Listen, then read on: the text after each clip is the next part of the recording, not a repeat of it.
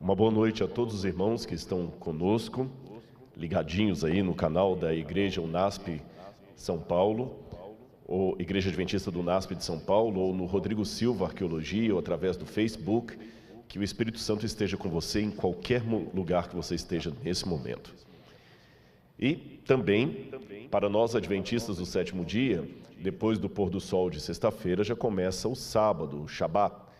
Então nós desejamos um feliz sábado para você e sua família, um Shabbat Shalom para quem for judeu, e que a graça de Deus esteja com todos, tá bem?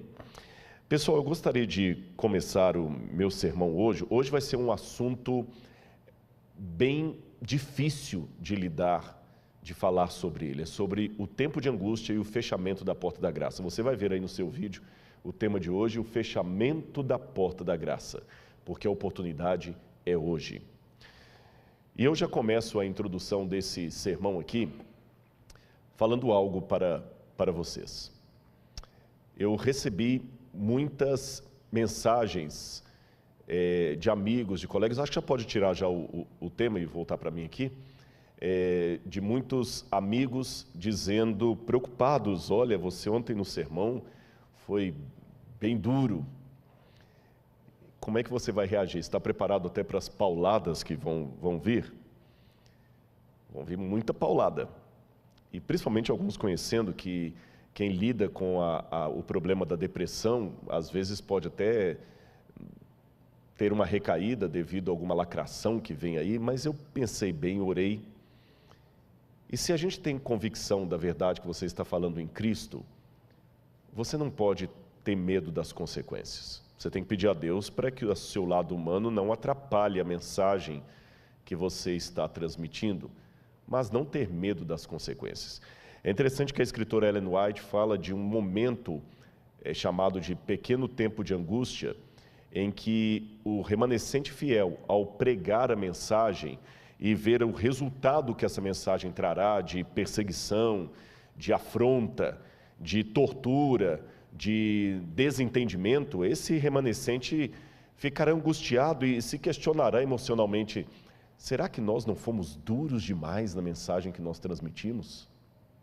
Será que nós não apertamos demais? Talvez deveríamos ter sido um pouco menos duros. Ora, se esse remanescente vai ter este sentimento na hora que a mensagem for dada e a reação vier contra eles, por que eu tenho que temer algo que pode acontecer hoje, que, em outras palavras, pode ser um treinamento para o que está por vir?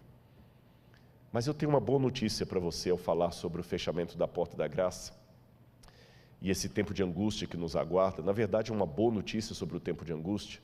Em primeiro lugar, porque você não estará sozinho. Deus enviará os anjos para proteger você. Em segundo lugar, você estará em meio ao povo de Deus. E se você tem medo desse tempo de angústia, deixe-me dizer que você é apenas humano. Eu confesso que, não em contradição, mas admitindo o meu lado humano, perante o que eu acabei de falar aqui agora, nesse exato momento, eu várias vezes já perguntei a Deus: Senhor, será que eu estou pronto para a última crise que aguarda o teu povo? Será que eu estou preparado para a reação à mensagem que o Senhor quer que eu pregue? Será que eu estou preparado para enfrentar a perseguição do anticristo? Eu não tenho vergonha de dizer para vocês isso aqui, sabe por quê? Um pouco antes de eu subir para pregar, uma irmã veio falar comigo assim: olha, eu quero agradecer pelos vídeos que você tem publicado semanalmente lá no Rodrigo Silva Arqueologia. Eu acompanho todos, você filma com a sua biblioteca no fundo ali, e eu quero destacar uma coisa: você fala ali tão de ser humano para ser humano, e às vezes o que nós ovelhas precisamos é que os pregadores desçam um pouco do púlpito e se pareçam conosco. Eu louvei a Deus pelo testemunho dessa irmã. Sabe por quê? Numa das noites eu preguei sobre o que Deus fez quando estava no alto do Sinai. Ele desceu do Sinai e falou com Moisés: Moisés, faça um tabernáculo para que eu possa comer, viver e morar no meio do povo. Deus desceu do Sinai da glória dele. E esse ato de descer do Sinai foi mais emblemático ainda quando esse Deus se fez carne e habitou no meio de nós, sentindo as nossas dores, os nossos medos, as nossas frustrações. Imagina o que é passar a noite inteira orando a Deus para que o Espírito Santo o guie na escolha dos 12 apóstolos e entre eles aparecer um Judas Iscariotes. Eu sei que teologicamente tem uma questão se Jesus realmente chamou Judas ou apenas o aceitou. O fato é que Judas estava ali e numa das vezes Jesus falou: não vos chamei em número de 12. Sabe você quando ora tanto a Deus pedindo um sinal, se você deveria fazer aquela faculdade, ir por aquele emprego, e Deus parece responder tudo positivamente e na hora H dá errado? Jesus passou a noite toda em comunhão com o Pai, e algo na escolha dele, humanamente falando, saiu errado, veio Judas. Já parou para pensar nisso? Ele sofreu as nossas dores. Tem um livro muito fantástico que eu sugiro você que leia, Por que Tenho Medo de Dizer Quem Eu Sou? Se eu não me engano, eu tenho que conferir, acho que é de Erich Fromm esse livro, eu não estou com certeza absoluta se é de Erich Fromm, mas o título é esse. Já li há muitos anos esse livro, Por que Tenho Medo de Dizer Quem Eu Sou? A essência do livro é que todos nós nos sentimos tão pequenos, e esse livro até explica o porquê da arrogância de alguns. A arrogância dele, na verdade, é apenas uma forma de mascarar o quão pequenininho ele se sente. Ele se sente tão pequeno que a maneira que ele tem de esconder a pequenez dele é sendo arrogante, ou apontando o erro do outro, porque assim o dele fica escondido. Então nós nos escondemos atrás de capas, photoshops, agora das fotos de internet, das coisas todas, porque eu tenho medo de dizer quem eu sou. Porque se você souber quem eu sou, você não vai gostar de mim, porque nem eu mesmo gosto de mim. Então eu me escondo atrás de maquiagem sobre maquiagem. E eu admito para os irmãos, como é difícil para você que é conhecido, que tem um programa na TV, não se permitir ser confundido com o personagem. E às vezes se esconder atrás do currículo vitae, através do Lattes. Eu fiz uma menção, é verdade, ontem, que eu tenho 2 doutorados e que eu não precisaria da igreja para me sustentar, mas não foi numa situação de arrogância, foi numa situação de responder àqueles que podem achar que a minha mensagem é apenas para ficar bem com a liderança da igreja, que eu estou vendido à organização. Foi nesse sentido que eu dei aquele exemplo.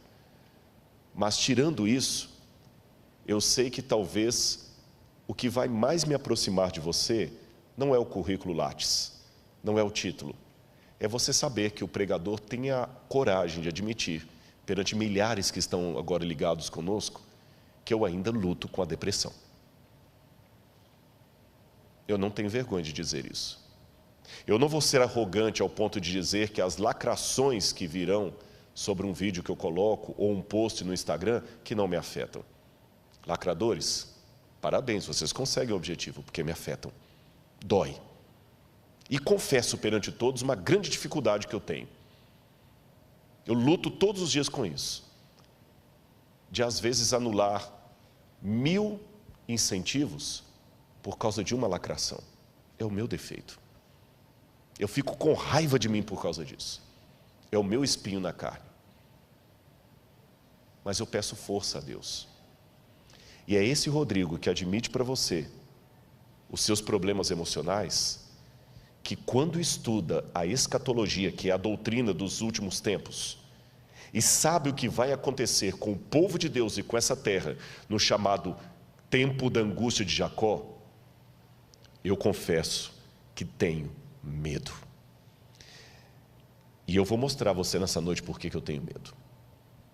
Eu vou mostrar textos que talvez vão arrepiar você. Mas mesmo com medo, eu tenho uma palavra de conforto para dar para você e de esperança. E a minha mão trêmula para se unir à sua, só para te dizer, você está com medo? O pregador também está. Mas se Jesus falou para ficarmos firmes nele, que ele vai cumprir a promessa, vamos ficar firmes com ele. Eu não estou aqui para apresentar para você a imagem de um super-herói. Eu estou aqui para apresentar a imagem de um pecador frágil como você, que quer ir para o céu. e que precisa dos irmãos. Eu preciso dos meus irmãos. É essa a essência. É por isso que eu defendo tanto essa igreja. Não é por questão de CNPJ, de comodismo, de politicamente correto. É porque são os meus irmãos. Ai de mim se não fossem os meus irmãos. Eu vou contar uma coisa para você. Eu pedi uma lista que não chegou até mim. Ao vivo é assim que se faz. Eu pedi a lista de todo mundo do marketing que está agora arrancando os cabelos aí para que tudo saia perfeito para você. Não tem aqui nenhum profissional de televisão pago. São voluntários da igreja que vão se revezando para fazer o corte. Quando eu entrei, um até brincou, olha pastor, ela aqui vai fazer o corte de você, viu? Não vai ficar tremendo agora na hora de fazer o corte. Os que cantam, ainda que tenham uma voz bonita, trabalhada, não são cantores profissionais no sentido que estão cobrando cachê para estar aqui. Não. Os câmeras que estão agora me filmando não são câmeras da Record TV, da Rede Globo, ou dos melhores cineastas de Hollywood ou do Netflix. São irmãos que aprendem a operar a câmera e estão aqui. Uma vez eu dei um estudo bíblico para um homem que hoje já faleceu e que ele era ateu quando eu comecei a estudar a Bíblia com ele e se converteu a Jesus durante os estudos. Estava se preparando para batizar, mas morreu antes que isso pudesse se realizar. O seu nome, Peter Garsten. Se você colocar na internet, você vai descobrir quem é. Um dos maiores iluminadores do Brasil. Tanto que quando ele morreu, saiu no Jornal Nacional, no Globo, a notícia: morreu o mago das luzes. Alemão. Quando ele veio estudar a Bíblia comigo, ateu, a primeira coisa que ele falou é o seguinte: eu quero um mapa e um atlas. Eu quero um atlas e uma linha cronológica da Bíblia. E falava muito de Schopenhauer. E uma vez que eu levei o Peter à igreja, eu tive duas situações interessantes com ele. Uma, quando eu levei a igreja pequenininha, lá em Areal, no Rio de Janeiro. Eu ia pregar e tinha uma irmã passando a lição de escola sabatina. Ele falou: ela é a pastora da igreja? Eu falei: não, uma irmã passando a lição.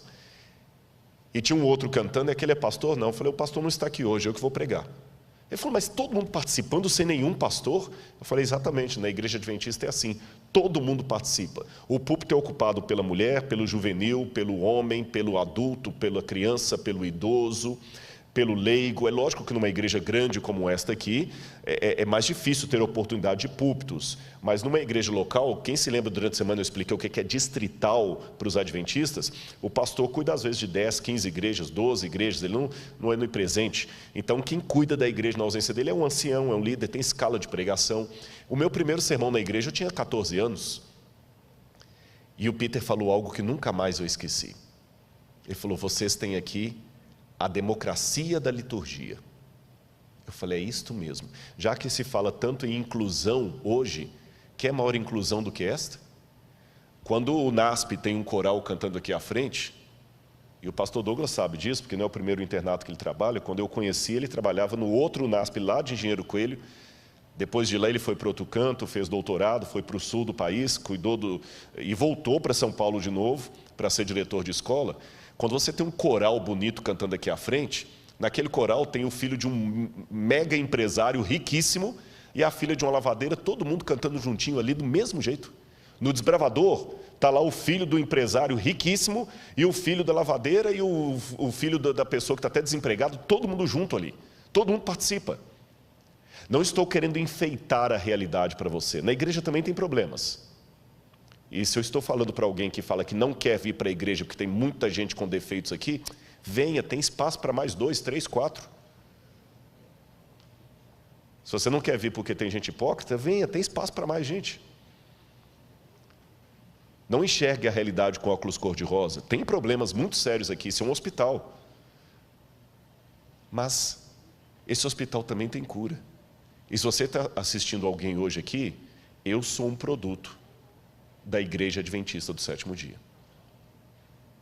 Não tenho nenhum parente adventista. Paguei pesado um preço para vir para essa igreja, fui expulso de casa, humilhado, tive que dormir de favor na casa dos irmãos. E eu vou falar agora que essa igreja não presta. O que eu faço com o irmão que me deu abrigo quando a minha família me botou na rua? O que eu faço com aquela irmã que chegava todo dia lá com a pasta de dente? O que eu faço com aquela irmã piedosa, semi-analfabeta, que todo sábado está lá certinho na igreja e todo final do mês ela está dando o dízimo dela na igreja. Se eu falar que a igreja não presta, eu estou falando que aquela irmã não presta. Esse é o povo de Deus, e é contra esse povo de Deus que o diabo está se levantando. E uma grave crise aguarda o povo de Deus. E a lista que não veio é justamente todo mundo que está atuando, mas eu quero aqui prestar o meu agradecimento aos anônimos que limparam a igreja para que a gente estivesse aqui, que estão operando as câmeras, que colocaram as flores. Deus seja louvado pelos irmãos que Ele me deu. Deus seja louvado. Como eu falei, tem problemas? Tem. A igreja às vezes é como a Arca de Noé. O mau cheiro dos animais você só aguenta por causa do dilúvio que está lá fora. Mas ainda assim, é melhor dentro da arca. E quando eu digo animais, é bom eu dar uma olhadinha se não sou eu um dos mal cheirosos. Eu me olho no espelho, eu já sei os problemas que eu trouxe e eu peço que Deus às vezes não me use como propaganda dele. Entendeu? Essa igreja será sacudida, porque o inimigo tem ódio da igreja. E é por isso que eu vou falar do tempo de angústia. Olha essa mensagem que eu quero colocar para você aqui. Você por acaso já ouviu falar no pecado contra o Espírito Santo? Eu acho interessante como é que alguns temas desapareceram do púlpito nos últimos tempos. Você ia fazer antes um JA, a pergunta dos jovens era: pastor, será que eu cometi o pecado contra o Espírito Santo? Um medo. Hoje eu não vejo essa pergunta mais, sumiu. Ninguém nem pergunta mais. O que é pecado contra o Espírito Santo? Parece que ninguém mais comete isso, não tem mais medo disso. Coloca de novo na tela o texto que eu quero ler para vocês.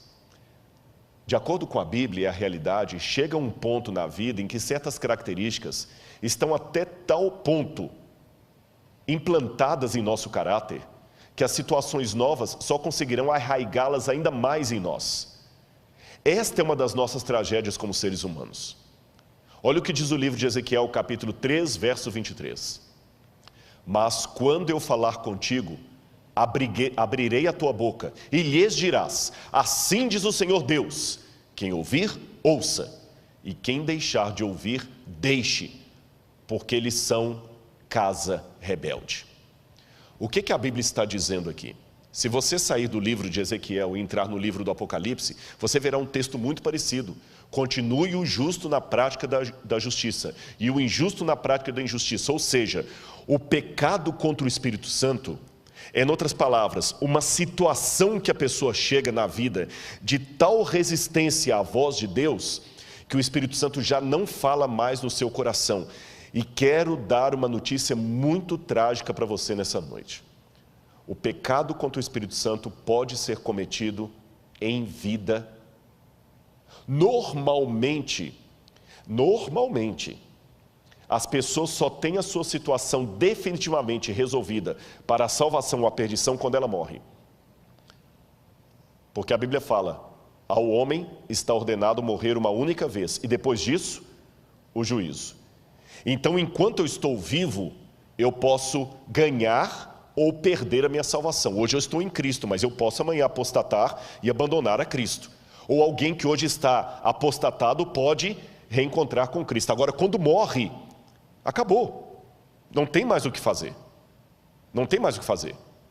Tanto é que, uma vez um jovem perguntou a um rabino em Israel: mestre, qual é o melhor dia para eu entregar a minha vida a Deus? Ele falou: o último dia antes da sua morte. Mas eu não sei quando eu vou morrer. Então faça isso todo dia. Porque depois que morre não tem mais chance. Só que há alguns casos especiais que a pessoa consegue, infelizmente, selar o seu destino ainda em vida. Sabe que os especialistas em saúde mental falam de alguns psicopatas como sendo pessoas que perderam completamente o senso de moralidade, de arrependimento. Ele já não tem mais arrependimento, ele não tem mais crise de consciência, ele não tem nem remorso. Para ele, matar uma criança depois e esquartejá-la é tão comum como para você escovar os dentes. Você não fica com crise de consciência porque escovou os dentes. Para um psicopata é a mesma coisa. Eu não sou especialista em saúde mental, mas do ponto de vista teológico, eu posso dizer que algumas pessoas conseguem atingir no plano espiritual uma situação de psicopatia espiritual. Nem eu, nem você podemos legislar e falar, é aquele ali, é aquele, nós não sabemos. Mas infelizmente há algumas pessoas que o Espírito Santo já não atua mais nelas em vida. Judas Iscariotes é um exemplo desse. Judas Iscariotes é um exemplo desse. Jesus lutou com ele até na quinta-feira da Santa Ceia, ali. Mas quando ele saiu, ele já saiu tomado pelo diabo de tal maneira que já não tinha mais retorno. Há outros casos também que o Senhor rejeitou e aquela pessoa não teve mais retorno. Mas note, o pecado contra o Espírito Santo não é um ato que vem da parte de Deus, ele é unilateral. É uma rejeição a tal ponto da pessoa que a voz do Espírito não é mais ouvida. Agora, o que o livro do Ezequiel e o livro do Apocalipse me diz é que chegará uma época na terra em que a rejeição, o pecado contra o Espírito Santo será de maneira tão globalizante que as pessoas já estarão com o seu destino selado em vida. Aquilo que hoje acontece de maneira esporádica na vida de um Judas, na vida de um Saul, acontecerá depois do fechamento da porta da graça de maneira coletiva. A humanidade, com exceção do remanescente fiel, estará completamente entregue a Satanás. Eles já não terão mais arrependimento dos seus atos. Serão como psicopatas espirituais. Aquele poder do Espírito Santo que ainda refreia os meus gostos, a minha vontade, não atuará mais. E eu vou descrever nessa noite como é que isso pode acontecer a partir da Bíblia e de alguns autores fora da Bíblia. Vamos ver aqui um texto que fala desse tempo de angústia. É possível rejeitar definitivamente a oferta de Cristo porque somos incapazes de aceitá-la. Um dia faremos isto, está com um erro ali. É possível rejeitar definitivamente a oferta de Cristo porque somos capazes, tá certo, de rejeitá-la. Um dia faremos isto, espero que não nós, de modo definitivo. Olha o livro de Daniel, capítulo 12, versos 9 a 10, que diz: vai, Daniel, porque essas palavras estão fechadas e seladas até o tempo do fim. Muitos serão purificados e embranquecidos e provados, mas os ímpios procederão impiamente, e nenhum dos ímpios entenderá, mas os sábios entenderão. O Apocalipse fala praticamente a mesma coisa no capítulo 22, versos 10 a 12. Então me disse ele: não seles a palavra da profecia desse livro, pois o tempo está próximo. Continue o injusto a praticar a injustiça, continue o imundo na imundícia, continue o justo a praticar a justiça e continue o santo a santificar-se. Eis que venho em breve. Você percebeu a mensagem da Bíblia? Chegará um tempo em que as pessoas estarão de tal maneira numa posição de rejeição à graça de Deus que o Espírito Santo não vai mais conseguir falar ao seu coração.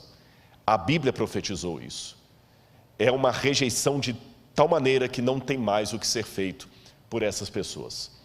Isso é chamado na Bíblia de o tempo de angústia. Olha aí na sua tela. O tempo de angústia, segundo a Bíblia Sagrada, é uma época em que a humanidade rejeitará de maneira coletiva e definitiva o Espírito Santo de Deus. Quero que você leia comigo agora o texto de Jeremias, capítulo 30, versos 5 a 7.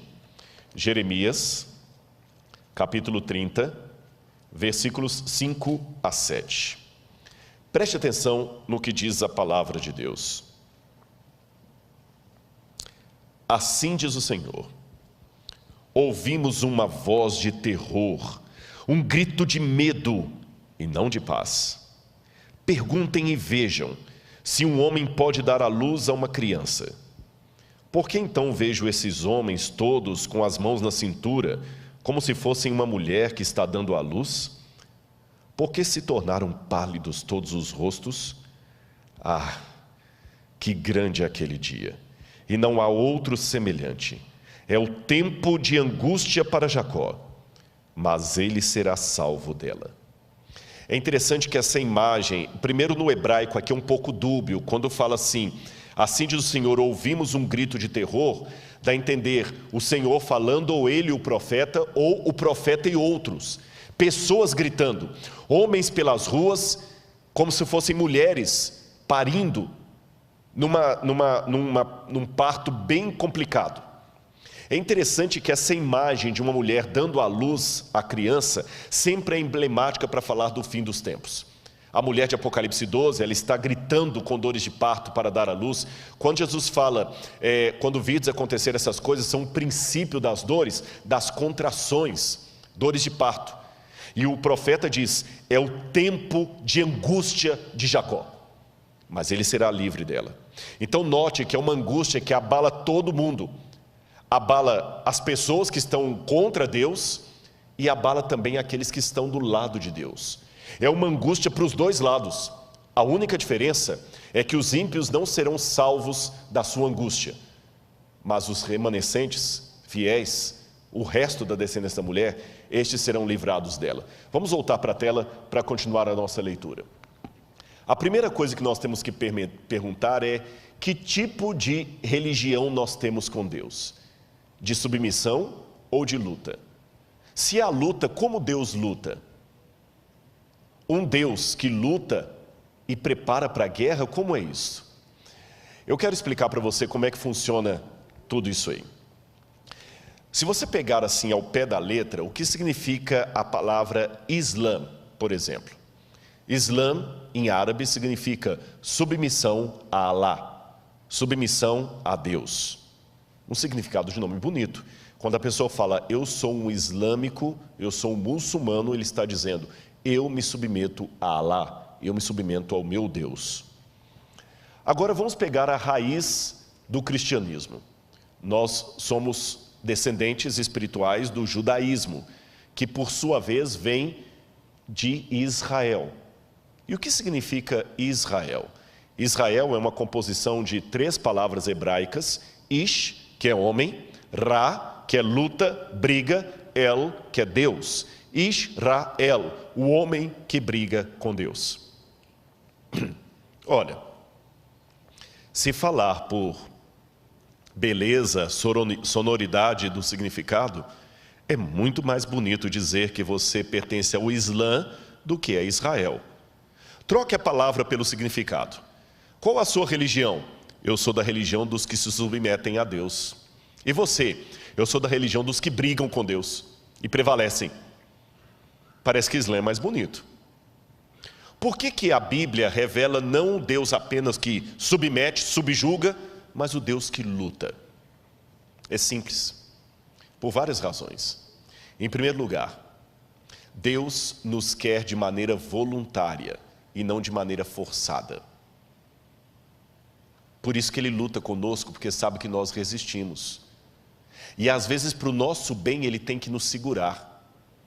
Você já viu uma situação de uma criança tendo que tomar uma injeção dolorida, bezetacil, e como o pai tem que segurá-la? E quando o pai segura aquela criança, o que acontece? Ela se debate com o pai. Mas por amá-la, o que ele faz? Ele luta com ela, ele segura, por amor.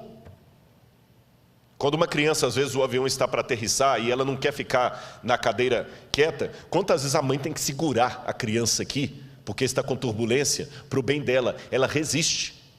Quem não é pai, quem é insensível, fala assim, gente, tá com um sonífero nessa criança aí que ela dorme o voo todo e o pai ainda tem sossego.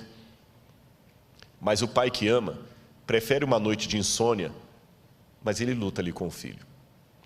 Quem é pai de primeira viagem já não teve a situação de passar uma madrugada toda lá e a criança não quer dormir. Quem não tem um sentimento paterno fala simples, gente, pega um pouquinho de sonífero, coloca na aguinha, dá para a criança que ela dorme a noite toda. Mas quem ama não tem coragem de fazer uma coisa dessa. Ele prefere lutar. Quem não ama quer dar o sonífero para ficar livre da criança e ter uma noite de sono. Quem ama, luta. E ele luta com a criança ali que não quer dormir. Ele luta com a criança que não quer ficar na cadeira. Ele luta com a criança que não quer tomar injeção. É assim que Deus luta conosco. Mas tem mais um outro motivo por que Deus luta conosco. Primeiro, já falei, nós somos voluntariosos, nós não queremos a injeção da cura. Nós não queremos ficar quieto na lei de Deus. Nós não queremos dormir à noite. Mas além de lutar conosco, como uma mãe ou um pai luta com o seu filho, Deus também luta porque Ele sabe que nós estamos enfrentando o grande conflito entre as forças do bem e do mal. E como você treina um soldado para o conflito? Jogando baralho com ele? Como um soldado é treinado? Não sei se eu estou falando para alguém que teve vida militar. Você joga o camarada dentro de uma barraca e taca gás lacrimogêneo lá dentro. É como aquele filme lá do Bop, né? Pede para sair. Por quê? Porque na guerra não pode ter frescura. Na guerra não pode ter, eu não como esse pão. Na guerra você sobrevive do jeito que estiver, ou você vai morrer. Não dá para ficar desesperado, você tem que ser frio. E a melhor maneira de treinar alguém para uma guerra é colocando-o em situação de guerra. Como é que se treina um lutador de boxe para ganhar um campeonato de boxe? É lutando com ele, é dando pancada na cabeça dele, para ele aguentar a pancada do adversário. Então, meu irmão, você está ganhando pancada atrás de pancada, Deus está treinando você para o grande conflito. Eu vou contar uma historinha para você. Infantil. Mas se Jesus contou historinhas infantis, como as parábolas, que se tornaram teses de doutorado, que a parábola é infantil. Uma mulher tinha 10 moedinhas, perdeu uma moeda, encontrou, varreu a casa, encontrou e foi comemorar com as amigas. Quer historinha mais infantil do que essa? Essa história chega a ser mais simplória do que as fábulas de La Fontaine. Mas na simplicidade da parábola infantil de Jesus, que riqueza de detalhe. Eu já vi tese de doutorado sobre essa parábola de Jesus. Então vou imitar o mestre. Vou contar uma parábola para você. Uma vez, havia um grupo de árvores, todas muito bem colocadas ali, árvores frutíferas, e o passarinho veio, bicou alguns frutos e saiu com o biquinho sujo de semente. E quando o passarinho voou com o biquinho sujo de semente, algumas sementes caíram perto das árvores irmãs, ali onde tinha água, lugar gostoso, terra fofinha, cheia de adubo. Mas ele voou, e outra semente caiu longe, num lugar ermo, bem distante daquele arvoredo. Só que as duas sementes vingaram. Uma cresceu perto das árvores irmãs, cheia de cuidado, e a outra lá no meio do deserto, quase assim, lugar ermo. A daqui cresceu toda frondosa, bonitinha, tinha água fácil, porque o lençol freático era quase na superfície. A outra tinha que esticando a raiz dela na terra para conseguir umas gotículas d'água. A daqui estava num lugar protegido. A de lá não. Quando ela começou a crescer, passou um tropel de cavalos ali de uma caravana e a quebrou. Quase ela morreu. Ela teve que crescer toda torta, toda cheia de cicatrizes. E a outra aqui toda protegida. Passou um tempo e veio um lenhador. E por ironia da vida, cortou todas as árvores daquele arvoredo, menos a caçula. Deixou. E agora, à distância, sem o arvoredo impedindo a visão, uma árvore daqui ficava olhando a irmã do outro lado. Uma cheia de cicatrizes e machucados, e a outra frondosa e bonita. Armou-se uma tempestade. Vento soprou, raios, trovões, chuva ácida. Para a árvore que estava acostumada com tantas pancadas, foi mais uma brisa. A outra foi derrubada na primeira ventania. Deus conhece a vida melhor do que eu e você. Se Ele está deixando você apanhar e ter cicatrizes, Ele está preparando você para algo melhor. Eu vou confessar para você. Eu não sou masoquista, não gosto de sofrimento. Não entenda que você está diante de um masoquista. Mas eu confesso perante a igreja que eu já dei graças a Deus por algumas dores que eu passei, inclusive essa da depressão. me tornou mais compreensível para lidar com algumas pessoas. Minha pregação mudou. Minha abordagem mudou. Então, e eu fiquei mais resiliente para algumas coisas. Se o pai está dando pancada em você, ele está treinando você para a luta. Se o pai está jogando você dentro de uma barraca e colocando gás lacrimogêneo lá dentro, é porque ele sabe que o inimigo não terá piedade. Deixa o general treinar você. Israel, lutamos com Deus. Por isso que ele esteve à beira do caminho querendo matar Moisés. Não é porque Deus é um assassino. É por isso que ele deslocou a coxa de Jacó. Não é porque Deus é um sádico. É porque ele está treinando você. E sem exageros, eu vou mostrar para você nessa noite o que significa a guerra que nos aguarda. E eu sei que há crianças aqui nos assistindo, mas eu peço a Deus que transforme essa mensagem de tal maneira que até as crianças sejam atingidas por ela, porque o programa Evidências não é feito com a linguagem infantil, de jeito nenhum. E o tanto de criança que assiste, você pode olhar sempre no Instagram, estou colocando foto de criança. Então, se Deus pode transformar o Evidências para atingir crianças, Deus vai usar essa mensagem para atingi-los, mesmo porque, se eu entendo bem da profecia, no fim dos tempos, quando a liberdade for tirada, são as crianças que serão usadas para pregar no nosso lugar. Então vamos lá. Olha a perseguição vindoura. Apocalipse capítulo 13, versos 6 a 7, 15 a 17, fala do que o anticristo vai fazer. Foi-lhe dado poder para guerrear contra os santos e vencê-los. Foi-lhe dada autoridade sobre toda tribo, povo, língua e nação. Todos os habitantes da terra adorarão a besta. Aquele que tem ouvidos, ouça. Se alguém há de ir para o cativeiro irá. Se alguém há de ser morto à espada haverá de ser morto. Porque aqui está a perseverança e a fidelidade dos santos. Foi-lhe dado poder para que fossem mortos todos os que recusassem adorar a imagem, como obrigou a todos, pequenos e grandes, ricos e pobres, livres e escravos, a receberem certa marca na mão direita ou sobre a testa, para que ninguém pudesse comprar nem vender, senão aquele que tivesse a marca, que é ou o nome da besta, que é, ou o número do seu nome. Apocalipse 13. Deixe-me dizer uma coisa para você aqui. Eu não vou, até pelo horário, eu não vou poder explicar todos os detalhes para você. Algumas coisas eu tenho falado em doses homeopáticas, seja nos vídeos que eu apresento na internet, seja no programa Evidências que eu já anunciei para vocês, que vai ser sobre o Apocalipse, mas aqui eu vou falar apenas algumas coisinhas para colocar você para pensar. As pessoas quando me perguntam, Rodrigo, será que nós estamos vivendo os últimos tempos, etc., eu digo assim, uma coisa que os adventistas aprenderam é não marcar mais data para a volta de Jesus. Por outro lado, há coisas acontecendo tão sérias que eu digo que o mundo é como alguém cardíaco. Quando você tem um cardíaco na família e ele tem uma dor forte no lado esquerdo do peito, pode ser uma dor muscular, até gases podem provocar a dor no lado esquerdo do peito. Mas se você sabe que ele é cardíaco, você não arrisca. Você coloca o remédio debaixo da língua e leva para o primeiro hospital. E você pode chegar no hospital e descobrir que era só uma dor muscular, que não era nada sério, ou que ele estava realmente infartando. Profeticamente falando, o mundo está cardíaco. E no exato momento que eu estou falando com você, eu estou vendo dores muito fortes no lado esquerdo do peito. Já houve outras na história que eram apenas dores musculares. Essa também pode ser muscular.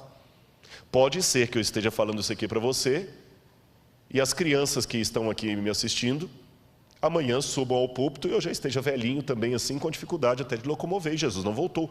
Pode ser. Mas usando a ilustração que eu acabei de mencionar, também é provável que possa ser um infarto escatológico do planeta Terra. Na dúvida, vale o mesmo procedimento. Não vou arriscar. Eu ouvi uma frase essa semana que teria sido citada por um grande teólogo nos Estados Unidos, do pastor Elias Brasil, e quem me disse essa frase foi o pastor Gilson, que o pastor Elias Brasil teria mencionado, olha, que ele perguntou para todos, vários teólogos, você acha que nós estamos vivendo os últimos tempos? E o doutor Elias Brasil, que é um intelectual de primeiro calibre, que não é de falar coisas apenas assim por achismo, ele teria dito mais ou menos assim. Se eu não citar exatamente, eu vou parafrasear. Amigo Gilson, eu acho que nós já estamos agora por conta do relógio de Deus, porque pela profecia, o tempo já foi. Trocando em miúdos, eu me surpreendi quando eu li Zygmunt Bauman, que não é um evangelista, não é um cristão conservador, ele já morreu, é um dos sociólogos mais respeitados. Na maratona que nós vamos fazer aqui no dia 10 de outubro, depois nós daremos mais detalhes da maratona, eu vou falar sobre Zygmunt Bauman e a sociedade líquida. Quando ele anunciou, o mundo precisa de um governo único, e o Papa Francisco é o único com capacidade de ocupar esse cargo, aquilo eu falei, interessante isso. Você sabe que nós temos hoje, porque o Apocalipse fala algo que a gente fica pensando, como é que isso aqui vai se cumprir? Como é que vai se cumprir? Eu várias vezes me perguntei, quando eu estudei a Bíblia com os adventistas, como é que vai ser isto, que o anticristo vai colocar o mundo inteiro sendo obrigado a cumprir uma lei? Isso é impossível. E mesmo hoje a gente pergunta assim, nessa rivalidade, eu acabei de ver uma mensagem agora da ONU, o presidente Bolsonaro falou algo lá, o Trump falou algo, depois veio o Emmanuel Macron e desfez tudo o que o Bolsonaro falou.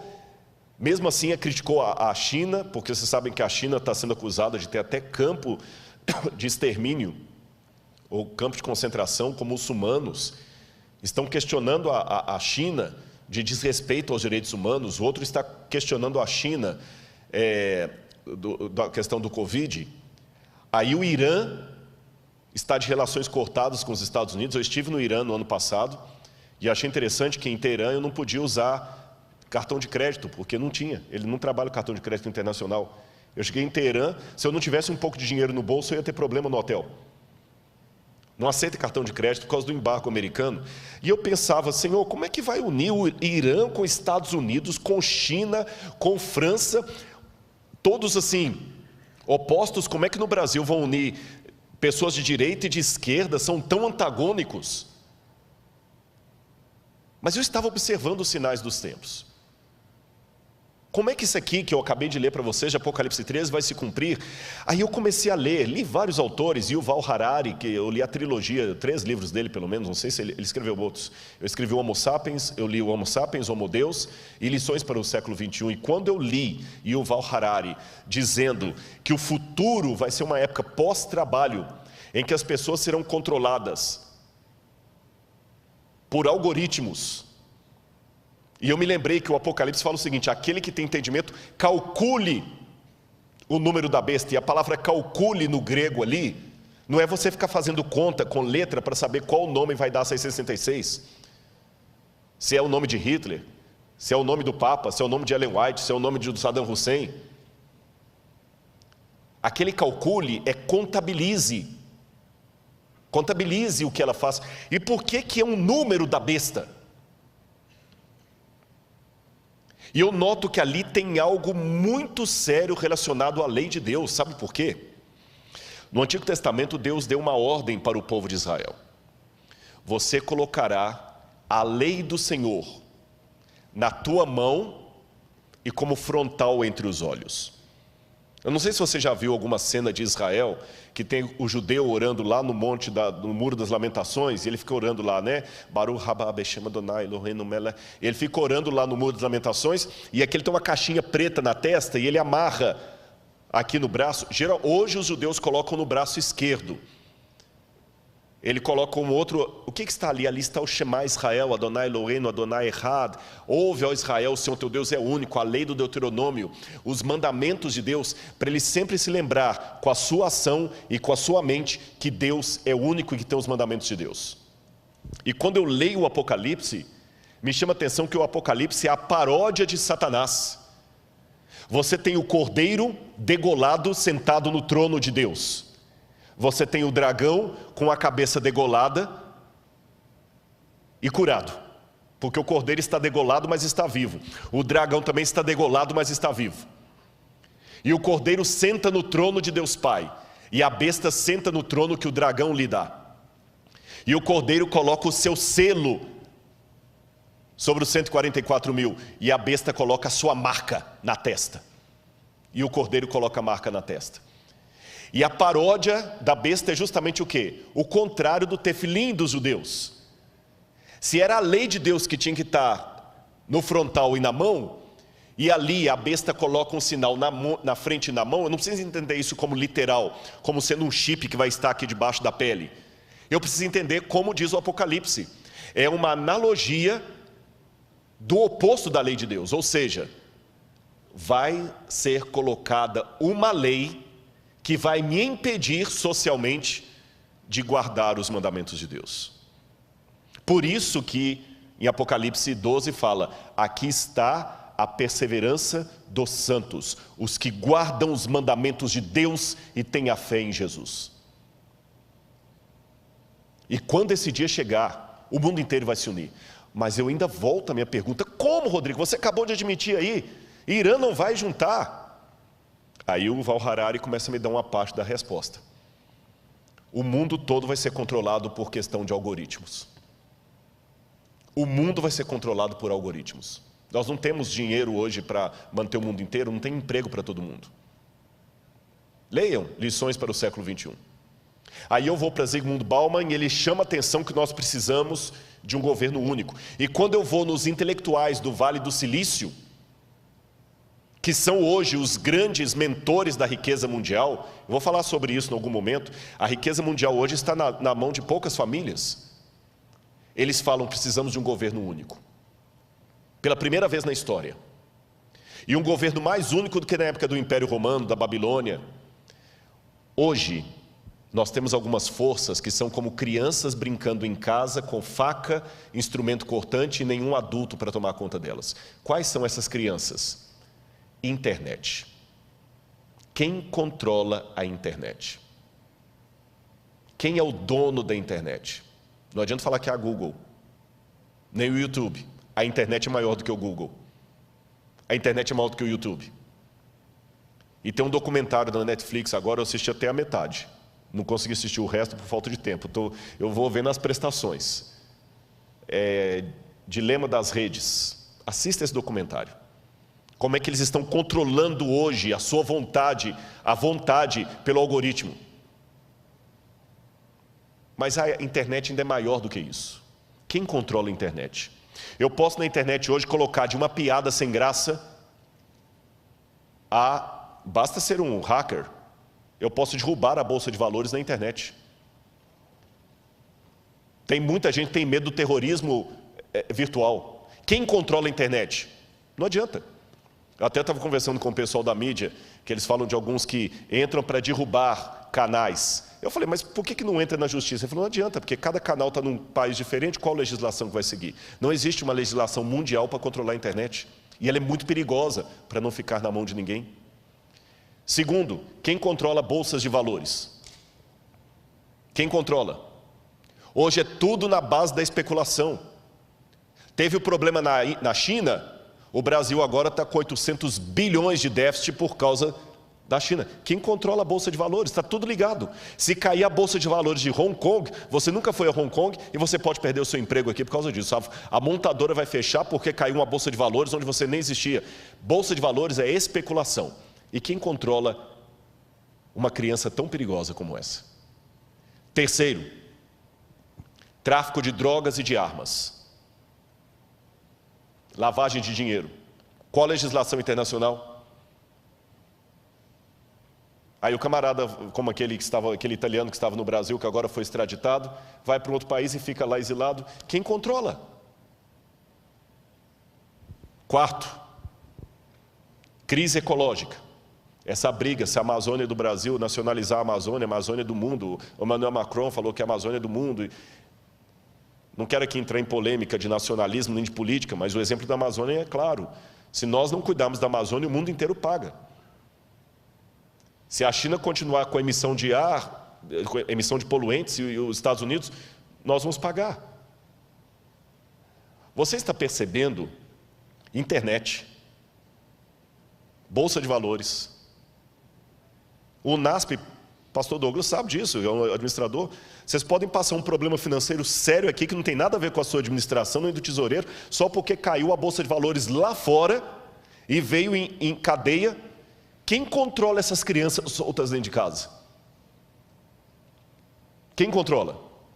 Então não é pastor Luiz Gonçalves que está dizendo isso, meu irmão. Não é o pregador do Apocalipse, é o povo de fora. Precisamos de um governo único. Só que ninguém tem moral para ter esse governo único. E quando alguém fala, Rodrigo, tudo bem, mas eles não vão aceitar unir. Aí eu vejo duas coisas acontecendo. Em primeiro lugar, como é que eu falo isso aqui agora? Se Deus manda, eu falo. Houve várias vezes que os 4 anjos de Apocalipse capítulo 7 estavam para soltar os ventos. E Deus mandou reter, porque o povo dele não estava preparado. Vocês sabem disso. Eu tenho a ligeira impressão, não estou afirmando, ligeira impressão, que os ventos estavam para ser soltos esse ano. O que nós teríamos no início do ano, que eu estava a ponto de ver o que ia acontecer para unir o globo num governo único? O Papa Francisco estava reunindo líderes do mundo inteiro para propor uma nova agenda, que cobrisse a questão ecológica, a questão da economia, a questão da família, e todo mundo estava para mandar representantes no mês de março. E coladinho nisto, fazendo parte do mesmo projeto, o 5G. Que quem entende de internet sabe melhor do que eu o que significaria o 5G no mundo. O 5G vai ser mais do que o advento da internet. O mundo seria outro. E na hora que essas duas coisas estavam para transformar o mundo, Covid. Parou tudo. Estou perguntando, não estou afirmando. Estou pensando com os meus botões. Será que Deus falou assim, eu vou permitir esse vírus para parar o mundo, porque o povo de Deus ainda está dormindo demais? E nós ainda estamos parados aqui esperando? Eu fiz teologia. E fui professor de alguns pastores que estão aqui. Mas eu falava com eles em sala de aula, que por melhor que a gente tentasse prepará-los, eu nunca ia conseguir preparar você para expulsar um demônio, para dar uma notícia de morte. E eu odeio isso. É um osso do ofício. Eu não quero ficar orando por pessoas que estão doentes, não é porque eu não me simpatizo por elas, é justamente por me simpatizar com elas, que eu não gostaria que ninguém mais estivesse doendo, sofrendo, vocês entenderam? Não é com prazer que eu atendo uma oração. Rodrigo, você pode orar para minha mãe, ela recebeu o diagnóstico, agora está com Covid, está entubada. Não é com prazer que eu faço aquela oração. Há orações que eu faço com prazer, há orações que eu faço por necessidade. Essa é de necessidade. Eu não quero mais orar por ninguém no hospital. Eu não quero mais ter que apelar para alguém voltar para o povo de Deus. E até quando Deus vai reter os 4 ventos? E Deus, na sua sabedoria, fez 2 coisas, na minha humilde opinião. Ele retardou os planos do 5G, retardou a união global do Papa, e mostrou para você que ainda está incrédulo, que o mundo pode, a despeito das diferenças políticas, se unir em torno de um mesmo propósito. Seja de esquerda ou de direita, está todo mundo usando máscara. Seja a França ou o Irã, está usando máscara. Seja Israel ou a Arábia Saudita, estão usando máscara. O Covid parou o mundo. Parou o mundo. Um decreto mundial pode parar o mundo. É isso que o Apocalipse falou que vai acontecer. Eles estão pedindo um governo, agora fala-se localização, não é mais globalização. Como eu disse, eu posso estar equivocado, e daqui a 30 anos alguém usar esse sermão e falar, Rodrigo Silva, 30 anos atrás achando que Jesus ia estar perto de voltar, mas pode ser que eu não esteja equivocado. Volto à ilustração do homem infartado, com dores no peito. Na dúvida, se eu tenho alguém que tem problema cardíaco, eu levo para o hospital. E eu tenho certeza que qualquer médico vai falar, nota 10, é isso mesmo. Leve para o primeiro hospital, deixe o médico diagnosticar. Você não brinque.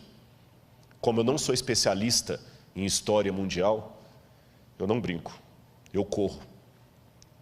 Mesmo porque a volta de Jesus para mim não deve ser só uma doutrina, tem que ser um desejo. Agora, como é que eu posso entender o tempo de Auguste? Alguns teólogos pensam que seria o sofrimento de Israel no ano 70, eu não acredito assim. Outros pensam que seriam os sofrimentos da igreja ao longo das eras. Outros pensam que seria uma metáfora que nunca se tornará histórica, os idealistas. Outros, eu estou entre eles, pensam que será um caos mundial no governo do anticristo.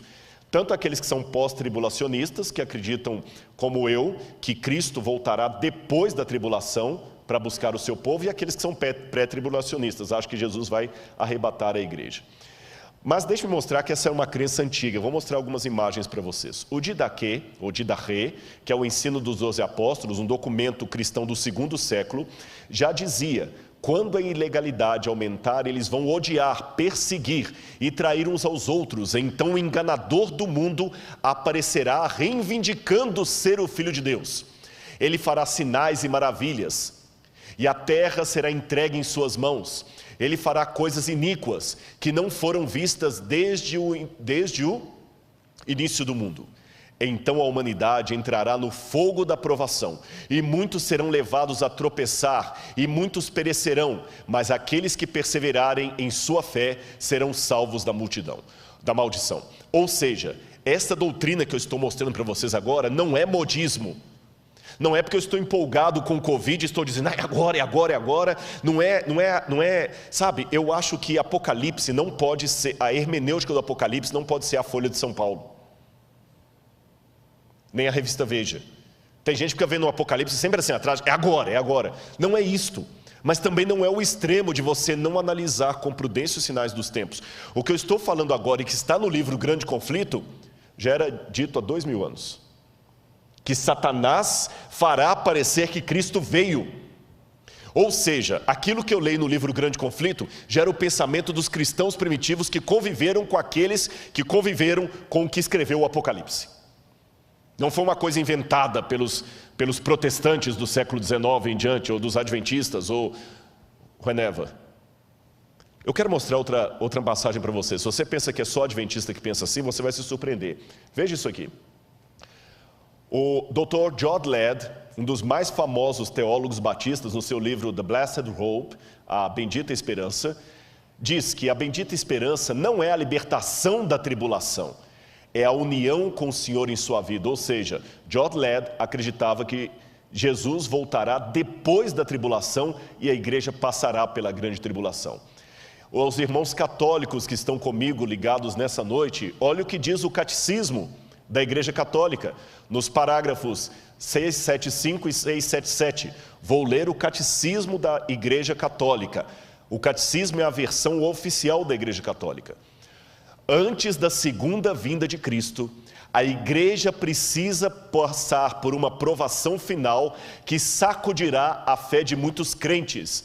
A perseguição que acompanha a sua peregrinação na terra revelará o mistério da iniquidade na forma de um engano religioso que é o anticristo, um pseudo-messianismo pelo qual o homem se glorifica a si mesmo no lugar de Deus e de seu Messias que veio em carne. Noutras palavras, o catecismo também me ensina que haverá um tempo de angústia, um anticristo que vai enganar ao mundo e perseguir a igreja. Está no catecismo. E os evangélicos? Vamos ver mais uma citação. Billy Graham. Eu ouvi o som distante de cascos e vi os cavaleiros do mal no horizonte de nossas vidas. Há sérios problemas à frente para o nosso mundo, para todos nós que vivemos nele. Será uma época de conflagrações nucleares, holocaustos biológicos e apocalipses químicos rolando sobre a terra, levando o homem à beira do precipício. A história vai fundo na batalha do Armagedon. Já vemos sua sombra rastejando sobre a terra. Você percebeu? Aqui não é uma doutrina adventista que eu estou apresentando. Ela é ecoada também pelos católicos. pelos evangélicos representados por John Ladd e por Billy Graham, que apesar de serem batistas, são respeitados em todas as igrejas, metodistas, presbiterianas. E para os adventistas do sétimo dia, eu vou citar um texto de Ellen White, uma das pioneiras dessa igreja, que está falando a mesma coisa que o catecismo. Ellen White está falando a mesma coisa do catecismo, a mesma coisa do Didache, a mesma coisa que diz Billy Graham. Veja o que diz Ellen White: não há o que exagerar. O tempo de angústia como nunca houve está prestes a manifestar-se sobre nós e necessitamos de uma experiência que agora não possuímos e que muitos são demasiado indolentes para obter. Dá-se muitas vezes o caso de supor maior angústia do que em realidade o é. Isto não se dá, porém, em relação à crise diante de nós. A mais vívida descrição não poderá atingir a grandeza daquela prova. Naquele tempo de provações, toda alma deverá, por si mesma, estar em pé perante Deus. O que Ellen White está falando aqui? Não há o que exagerar. Tudo que você vai descrever, você pode exagerar. Mas não tem como exagerar o grande conflito.